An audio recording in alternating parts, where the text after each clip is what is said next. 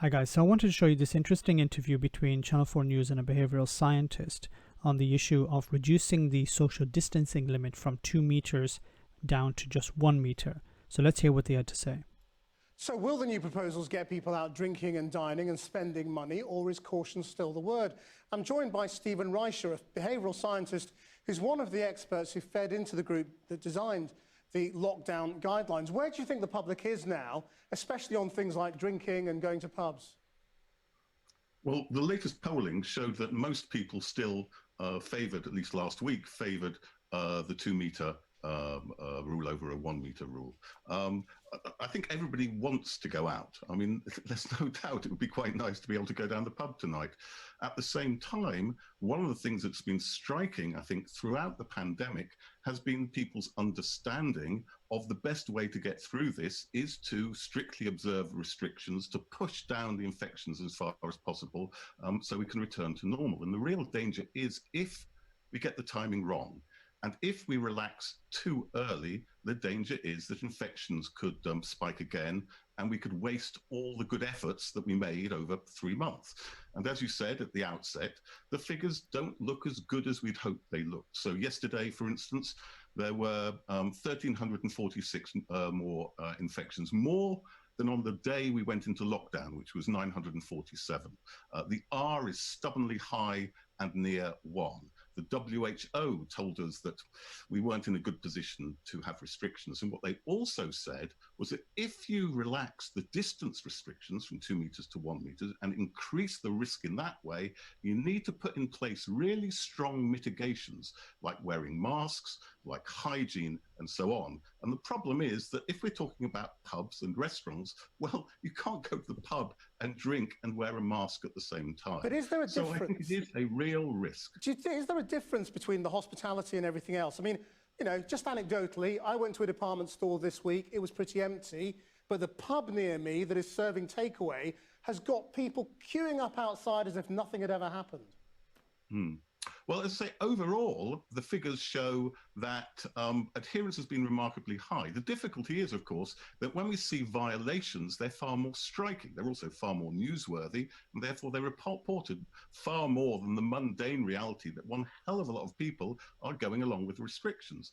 During the lockdown, for instance, there was a remarkable survey which showed that nearly half of the population was suffering, and suffering considerably. I mean, people were undergoing considerable psychological and material problems, and yet they showed remarkable resilience. Now, often there is a view of human behavior as if we are frail and fragile and can't deal with difficult times. And government often is nervous of the population, thinking that we will crack. Well, what we've been taught during this pandemic is actually that's not true. As long as people understand why it's critical to observe restrictions, as long as they're given clear information about what to do, and as long as they're given the material support to do those things, people have shown a remarkable ability to go along with hard times. And So quite just often briefly, the problem hasn't, sorry, can I just finish this point? I think it's really important. Quite often the problems haven't been psychological. It hasn't been psychological frailty. It's been failures of messaging and failures of support. In other words, government has blamed on the psychology of the population the failures of government. So I think in many ways, the bottom line of this pandemic is that the public have done incredibly well. I'm not so sure that our government has lived up to its public. And I agree 100%. And I think he raised a lot of interesting points here. So at the beginning, he talked about how the public are going along reasonably well. And of course, there are some isolated cases and they are, of course, newsworthy. But I'm seeing exactly the same thing happening here in Italy, where more and more people understand the importance of the lockdown. They understand the importance of following these rules. They understand the importance of social distancing, washing your hands and wearing a mask. And when you enter a building, when you go to the post office or to a bank or a restaurant or a bar, whatever, people, out of common courtesy, will maintain social distancing. When you're queuing, people will look at the lines on the floor and they will respect social distancing. So it's not something that's so much necessary that the government constantly have to reinforce. People will adapt and people will follow the rules because they understand the value of the rules. Now, the problem is where you see it breaking down is where there's a lack of trust, and this is my belief, there is a lack of trust between citizens and the government. The government are not trusted, basically, and the government don't trust their citizens. You see what's happening in the United States, where people are protesting, people are burning their masks even out of as a form of protest against these lockdowns. In the United States, they're having extreme problems maintaining lockdowns in different states, and it seems to be the redder or the more Republican a state is, the much more difficult it is to maintain a lockdown. Now, this is probably based on decades or maybe even centuries of brainwashing, in a sense, by politicians to not trust the government. The government is the enemy, for example, for many people. So they're not going to follow guidelines. They wear it as a badge of honor to not follow guidelines. But I think a problem with what's happening in the UK is somewhat in between here in Italy and the United States, where more and more people are breaking the rules, but it's not because they wantonly do it. It's because they're not receiving sufficient guidelines. The government don't trust the public to give them strict rules.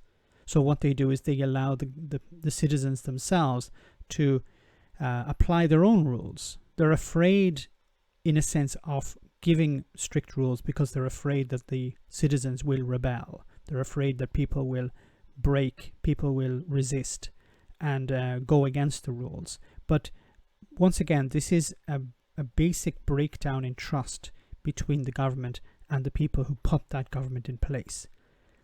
That's all I really have to say about this. So I'd like to know your comments and your feelings on this. Have you experienced issues where people are not respecting social distancing, or have you been seeing what I have been experiencing here in Italy, where the vast majority of the public are respecting social distancing, are wearing masks, are sanitizing their hands when they enter buildings, and this is more of a problem that the media have been hyping, in a sense. As always, your comments are greatly appreciated. Thanks. Why not become a Patreon and enjoy access to our Discord server where we share news, chat, and have some fun? If you become a patron, you can also make video suggestions on topics that are important to you. Check it out via the link in the description.